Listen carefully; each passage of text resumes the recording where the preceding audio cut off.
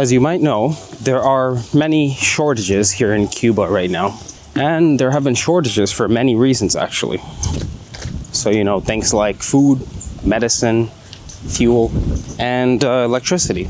And as you might also know, the global economy is declining. So there are less tourists coming here as well, because frankly, a lot of people can't afford it, especially Canadians, because the Cuban economy, it runs on tourism, a majority of it. And majority of the tourists come from Canada. And right now, I'm here during low season, well, almost the end of low season, actually. I'm here at the end of October. Years ago, so before the lockdowns, there would have been many more people here than there are now. This resort, although there are people here at this resort, a good amount, it's still much lower than what it used to be 5-6 years ago. And at this specific time, there were nuclear plant failures here in Cuba. So the whole island experienced severe brownouts or electricity failure. And most resorts do have generators in the case of the power going out, but some resorts don't. And I've heard that a lot of people who are at those resorts have been shifted to resorts that do have generators. Now, I'm at Melilla Trinidad Peninsula, and this resort actually has a lot of solar panels on the roofs.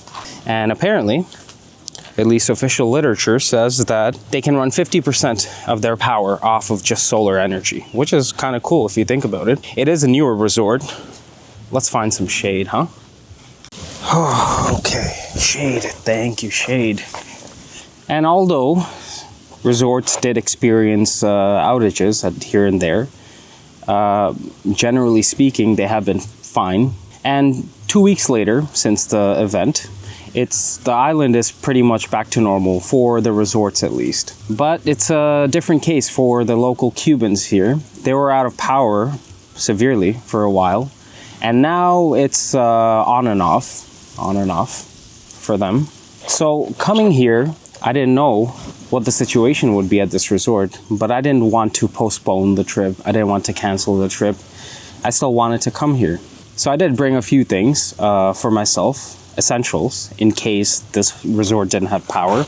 And quite frankly, I didn't need any of it. I didn't need any of the essentials. I brought a bigger power bank that was fully charged. Didn't need it. I brought rechargeable lights and a USB fan in case the AC doesn't work, Apart from power outages, what should you bring for yourself just in case? Since you might not find a lot of essentials here. As you might know, it's a tropical country, so you want to bring sunscreen. You want to bring medicine as well, whatever medicine that you need. You want to bring that. You won't probably find it here.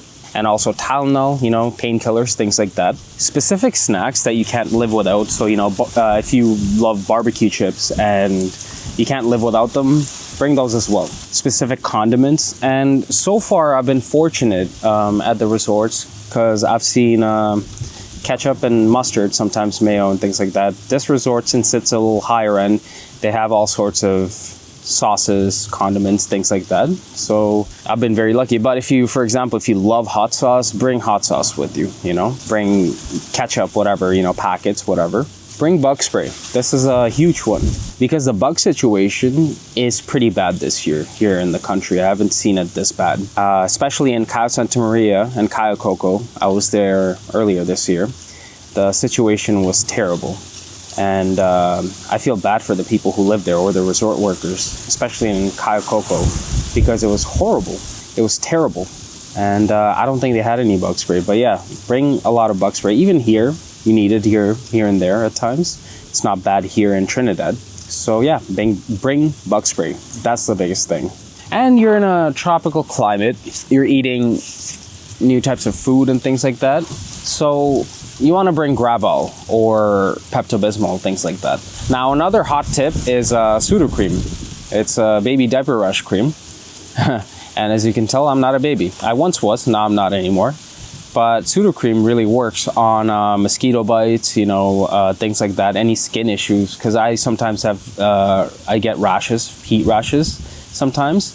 And Sudocrem just clears it all up. So bring Sudocrem. And obviously, you can't expect for your credit cards to work. So bring cash, especially dollar bills, American dollar bills. Bring those. Loonies and toonies, they prefer dollar bills, Canadian and US. And essentially anything that you can't live without, you know, you can't go without for a week or however long you're here for, bring them. And rule of thumb is, you know, better to have it and not need it than need it and not have it. Now, okay, you got all that sorted. You got all the stuff you need for yourself sorted. What about the locals? Now, again, they're going through a lot of shortages. So even if a Cuban has the money to pay for it, they might not even have access to it. There's a lot of trade issues going on, as you know.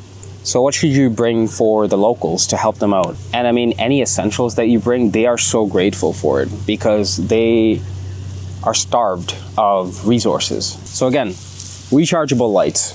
So I brought rechargeable lights, and I would have used one for myself if there was a power outage, and at the end of my trip I would have just given it away. But yeah, bring rechargeable lights for the locals, since a lot of the times their power goes out and things like that. The rechargeable lights at night really help, especially, you know, studying for kids, things like that. You can bring power banks as well, you know, so that they can charge the lights, they can charge other essentials, you know, phones, things like that. You can also bring painkillers, Tylenol, things like that as well. It's hard to come by on this island. And sanitary pads. Bring sanitary pads for the women. That is an absolute essential, right? So bring those. Band-aids. Also, you need sunscreen, and you know they might need sunscreen as well. So bring a lot of sunscreen.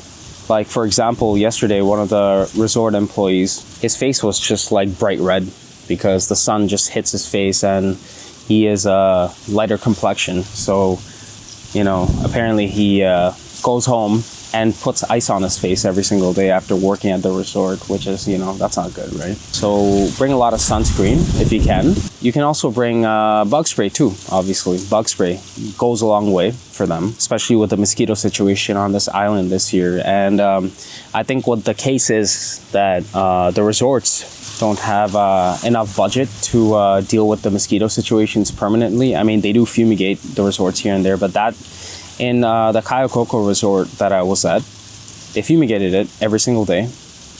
Didn't really do anything. It was horrible despite the fumigation. So I hate to think how it would be if they didn't even fumigate it. You can also bring powdered milk, powdered eggs, you know, dry foods, things like that. Make sure you keep them in the original packaging. Because you might get hassled at the customs here if it's in different packaging or whatever. So bring it in the original packaging, seals and everything, you know? Because even at the resort, even for the tourists, they don't have real milk. They have powdered milk. So yeah, bring powdered milk, bring powdered eggs, you know? Goes a long way, honestly. And for that matter, any type of dry food that you can think of, you know, that's easy to bring, put in your suitcase and bring. You can bring that. And, you know, hoodies and t-shirts that you don't use, make sure, you know, it's in good shape, good quality, but you can bring hoodies and t-shirts that you don't wear anymore. That also goes a long way. And, you know, for good measure, let's throw in some toys for kids, because kids need toys, right? And also, one thing you shouldn't forget is, you know, bring a general sense of respect for the workers, because you're here, sure, you're you know, out and about, you're drinking, enjoying the beach, the pool, whatever, and you're seeing the resort workers, and they work really hard, and we don't know what kind of reality they go back home to, right? So bring respect for them, you know, please and thank you, understanding that sometimes they can't cater to your specific needs goes a long way. And also, the government here prioritizes resorts in terms of resource allocation. The resorts right now, for example, they have power, they have electricity, but a lot of the locals still don't. You know, food and things like that, resorts get priority.